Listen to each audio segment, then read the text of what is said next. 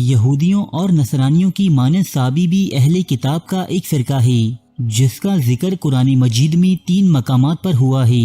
اکثر مفسرین کے مطابق صابی وہ لوگ ہیں جو خود کو حضرت یحییٰ علیہ السلام کی امت بتاتے ہیں۔ یہ لوگ حضرت آدم، حضرت شیث اور حضرت نوح علیہ السلام کو بھی اللہ کا بھیجا ہوا نبی مانتے ہیں، تاہم حضرت ابراہیم، حضرت موسیٰ اور حضرت عیسیٰ علیہ السلام کی نبوت کا انکار کرتے ہیں۔ بعض علماء کے نزدیک صابی دراصل وہ ستارہ پرست اور سورج پرست قوم ہے جس نے اپنے معبودوں کی حمایت میں حضرت ابراہیم علیہ السلام کو آگ میں ڈالا تھا۔ حضرت عیسیٰ علیہ السلام کے بارے میں ان کا رویہ سخت منفی ہے اور یہ نعوذ باللہ انہیں ایک جھوٹا مسیحا قرار دیتے ہیں۔ اسی طرح یہودیوں کے بارے میں بھی ان کا رویہ منفی ہے۔ ان کی مذہبی کتابوں میں لکھا ہوا ہے کہ یروشلم یہودیوں کے صابیوں پر روا رکھے گئے ظلم کے نتیجے میں تباہ ہوا تھا۔ آج کل یہ گروہ عراق میں آباد ہے اور مندائی یا مینڈینس کہلاتا ہے۔ صابیوں کے ہاں بہتا ہوا پانی ہی زندگی ہے، لہٰذا یہ لوگ ان کے مطابق مقدس نہروں دجلہ و فرات کے پاس ہی رہتے ہیں۔ صابی کہتے ہیں کہ ان کے مذہب کا نام سبق تھا، یعنی پانی میں بپتسمہ دینا، لیکن بعد ازاں یہ لفظ تبدیل ہو کر صابئی ہو گیا۔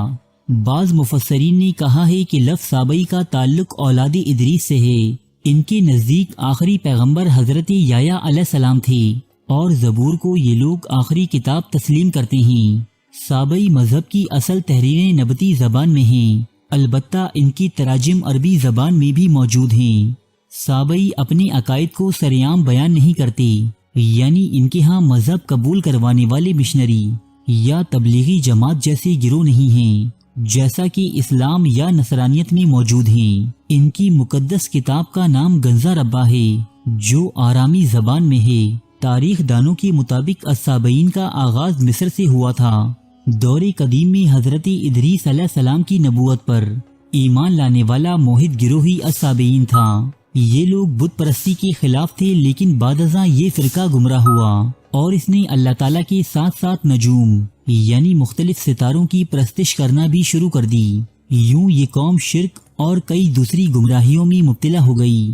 صابئی نامی یہ گروہ عقیدہ رکھتا ہے کہ آسمان میں موجود ستارے، سیارے اور شہابی ثاقب یہ تمام اجسام باقاعدہ روح رکھتے ہیں اور مصر میں قائم شدہ اہرام پچھلے ادوار میں گزرے انبیاء علیہم السلام کی قبروں پر تعمیر کیے گئے ہیں۔ امام ابو حنیفہ کے نزدیک یہ گروہ اہل کتاب ہے، ان سے نکاح کرنا جائز اور ان کا ذبیحہ حلال ہے، جبکہ امام شافعی کے نزدیک بھی یہ گروہ اہل کتاب ہے لیکن ان کا ذبیحہ حلال نہیں۔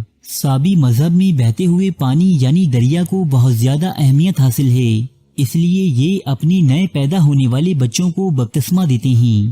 اس کے علاوہ بپتسمہ کی رسم ہر اہم موقع جیسے شادی بیاہ یا نیا سال شروع ہونے پر دہرائی جاتی ہے اور ایسا نہ کرنے والے کو سزا کا مستحق سمجھا جاتا ہے۔ ان کے مطابق بپتسمہ صرف چلتے ہوئے پانی میں ہی دیا جا سکتا ہے اور اس کے لیے ایک مذہبی پیشوا کا ہونا بھی ضروری ہے۔ صابی بپتسمے کے لیے ایک خاص طرح کا سفید لباس زیب تن کرتے ہیں اور یہ عمل کئی مرحلوں میں مکمل ہوتا ہے۔ اس دوران ان کا مذہبی پیشوا دعائیہ کلمات بھی ادا کرتا رہتا ہے۔ بپتسمے کے علاوہ دعا کو بھی صابی مذہب میں خصوصی حیثیت حاصل ہے۔ یہ دعا یا عبادت صبح، دوپہر اور شام کے اوقات میں ادا کی جاتی ہے۔ اس دعا میں رکوع و سجود شامل نہیں ہوتے۔ دعا کرتے ہوئے یہ لوگ اپنا رخ قطب شمالی کے ستارے کی جانب کر لیتے ہیں، جس کی وجہ ان میں ہزاروں سال سے چلی آ رہی ستارہ پرستی کو بتایا جاتا ہے۔ ان کے ہاں جنازے کی دعا بھی پڑھی جاتی ہے۔ اپنی دعا یا عبادت سے قبل یہ لوگ اپنے ہاتھ اور منہ بھی دھوتے ہیں۔ یہ لوگ سال میں ایک ماہ کے روزے رکھتے ہیں اور اس ماہ کے ختم ہو جانے کے بعد ایک تہوار بھی مناتے ہیں۔ خنزیر، کتے اور پنجے والے پرندے ان کے نزدیک حرام ہیں، جبکہ ان میں ختنہ کا کوئی رواج نہیں۔ صابئین میں سے کسی ایک آدمی کے نکاح میں 2 عورتیں بھی نہیں رہ سکتیں۔ اس گروہ کی بنیادی مذہبی علامت درفش کہلاتا ہے، جو دراصل ایک سلیب ہے جس پر ریشم کا کپڑا ایک خاص انداز سے لٹکا دیا جاتا ہے۔ کہا جاتا ہے کہ مسلمانوں کے ہاتھوں عراق کی فتح کے موقع پر انہوں نے اپنی مقدس کتاب پیش کی اور اپنی موحدانہ عقائد بیان کیے، جس پر انہیں صابی تسلیم کرتے ہوئے اہل کتاب کی حیثیت دی گئی۔ اس طرح انہیں چند ایک کو چھوڑ کر باقی تمام مسلمان حکومتوں کے دوران تحفظ اور امن و امان حاصل رہا۔ صدیوں سے یہ گروہ عراق میں امن اور سلامتی کے ساتھ اپنی زندگیاں بسر کرتا چلا آ رہا تھا، تاہم صدام حکومت کے خاتمے کے بعد عراق میں پھوٹ پڑنے والے تشدد، لا قانونیت اور شدت پسندی کی لہر نے انہیں بھی یہاں سے ہجرت کرنے پر مجبور کر دیا۔ ایک اندازے کے مطابق اس قوم سے تعلق رکھنے والے صرف 10,000 نفوس ہی عراق میں باقی ہیں، جبکہ ان کی ایک بڑی تعداد مہاجروں اور پناہ گزینوں کی حیثیت سے دنیا کے کئی ممالک میں تقسیم ہو چکی ہے۔ یوں پچھلے ہزاروں سال سے چلا آ رہا یہ مذہب آج دنیا سے معدوم ہو جانے کے خطرے سے نبرد آزما ہے۔